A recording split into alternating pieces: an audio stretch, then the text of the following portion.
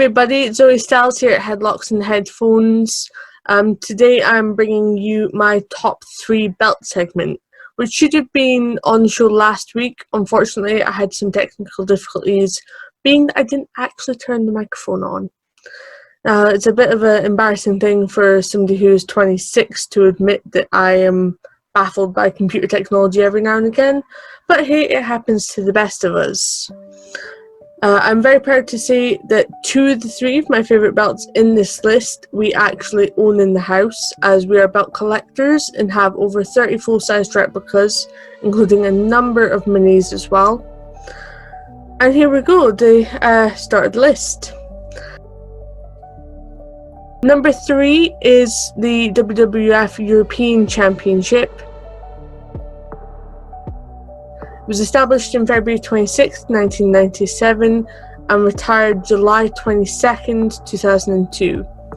Now, it started off as the WWF European Championship, but it took a break in 1999 when Shane McMahon wanted to retire undefeated.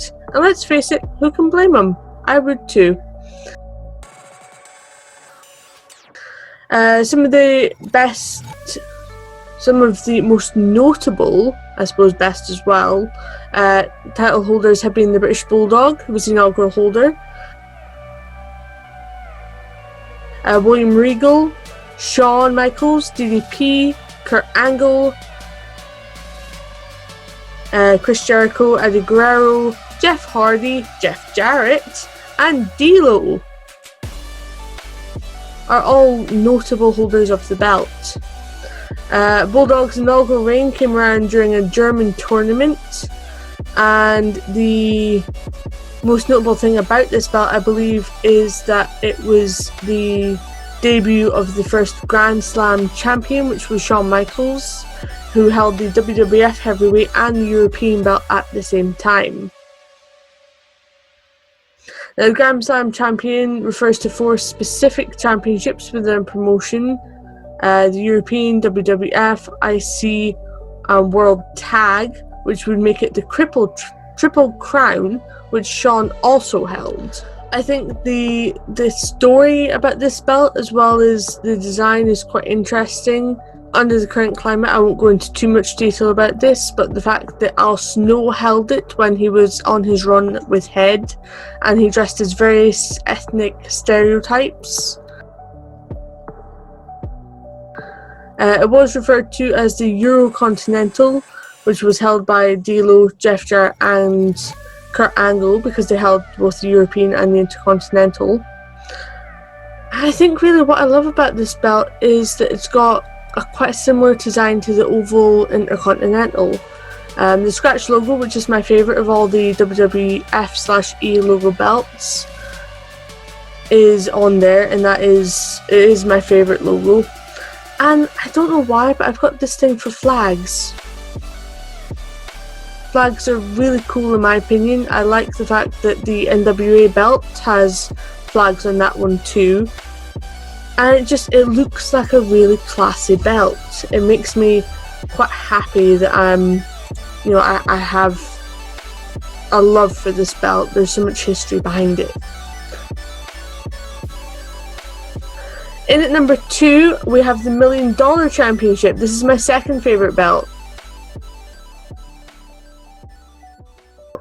Of course, it's big, it's classy, it's full of diamonds, made by Ted DiBiase, rumoured to the value of $40,000. However, Bruce Pritchard later clarified it as nearer $50,000. It started off in February 1989 after DiBiase decided he would just create his own belt after losing the WWF Championship tournament at WrestleMania 4. Now, it was never officially sanctioned by the WWF, and to be honest, it was never really fought over. It did hang around until November 2010, when DiBiase had it at the Hall of Fame in 2009. There was a couple of title switch-arounds which were quite interesting.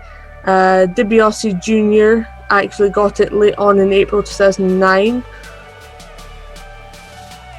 Goldust stole it in October, Xana stole it off Goldust, and then Goldust gave it back to the $1 Million Man in late 2009 for him to have it at the Hall of Fame.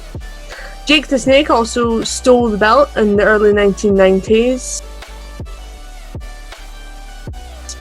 And Virgil at WrestleMania 6 got the belt back at the Skydome.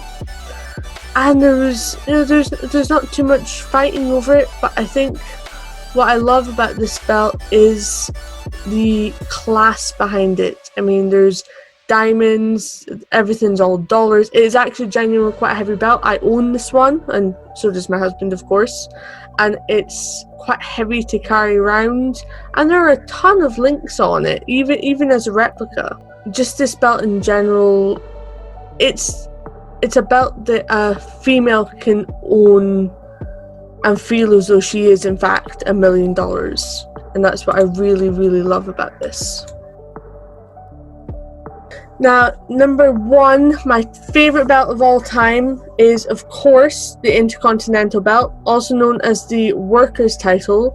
Now, to be specific, the belt that I love the most and is my absolute favourite is the Oval IC, which came out in March 1998, the night after WrestleMania 14. And The Rock actually came out with this new belt. And of course, I genuinely, The Rock is one of my favourites as well. What's fascinating about this is the round plates. Originally, it had the WWF black logo on a purple strap, but then the strap turned black in late 1998, and they replaced the main logo to, again, the scratch logo, which is something that I really like to see. The logo plate was a little bit different as well.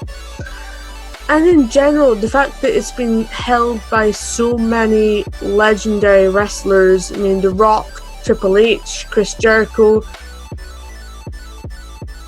Chris Benoit, Eddie Guerrero, Edge even, during the WWF time. And of course, when WWF became WWE in 2002, the belt nameplate got a bit bigger. The banners changed, there was a removable nameplate added, and they removed the logo plate, which was a little bit of a shame. But this belt was created because Reggie owned all the artwork for the previous belts, and WWE started to want to have belts in-house, which is why they moved to JMR designing and having those belts on order. I happen to have one of the Fig Inc. ones, number 11 out of 500 that are made in the whole world, and it is my favourite belt of our entire collection as well, just in general. I think the IC belt on the whole, it is again the Workers' title. It's that belt that everybody wants to have and can keep for a substantial amount of time. I hope that you guys found this a little bit interesting. Please let us know about any of your favourite belts, why they're your favourite. Was it during a time where you were watching wrestling and something personal was happening in your life?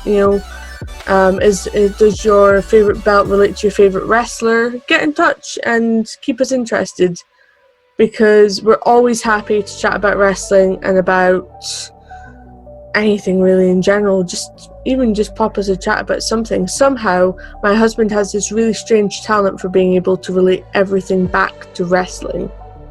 I'm not even kidding, absolutely anything.